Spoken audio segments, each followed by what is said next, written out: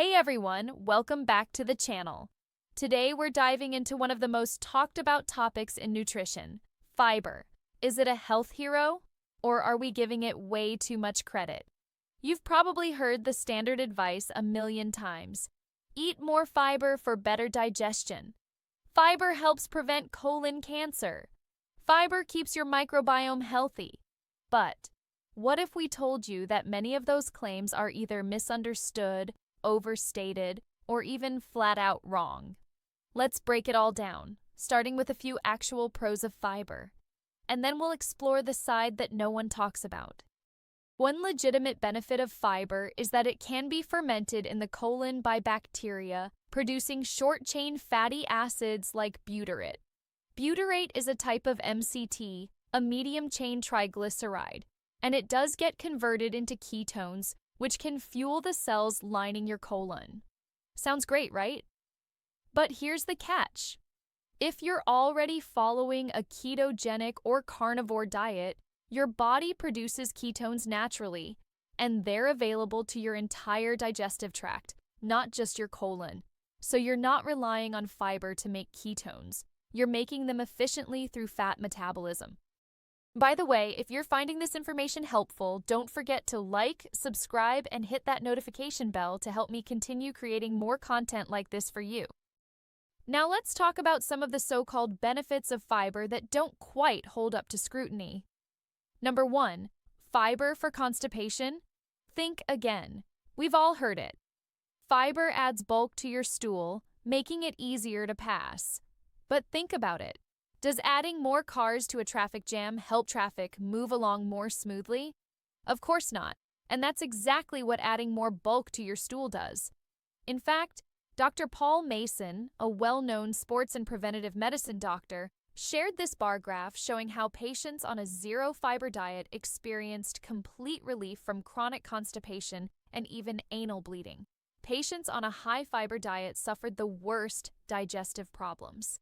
Those eating a zero-fiber diet experienced no digestive issues. That's the opposite of what conventional wisdom tells us. Number 2, fiber and the microbiome, more gas than glory. Another common claim is that fiber feeds your microbiome. True, but not necessarily good. The bacteria in your gut ferment fiber, and that fermentation process produces gas. So if you've ever felt bloated, gassy, or uncomfortable after a fiber-rich meal like beans or bran, that's exactly what's going on. Feeding your microbiome isn't always a win if the trade-off is distress, bloating, and inflammation.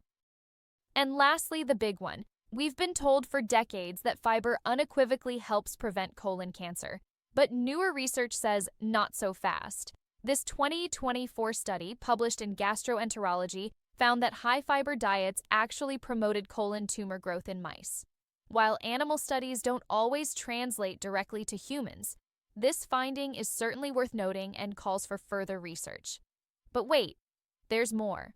This 2021 Harvard study reviewed long-term human data and concluded the following. High-fiber diets do not reduce colon cancer risk. So, while some older observational studies showed a possible association, correlation is not causation. And the more rigorous data just doesn't back up the fiber hype. Look, fiber isn't inherently evil.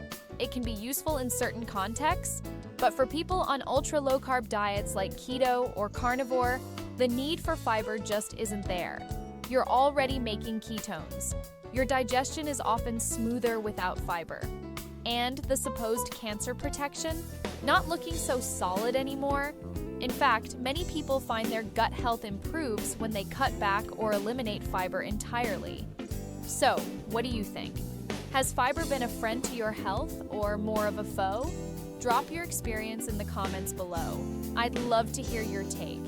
And if you found this video helpful, give it a thumbs up, hit that subscribe button, and share it with someone who's still loading up on fiber cereal every morning. Stay curious, stay informed, and I'll catch you in the next one.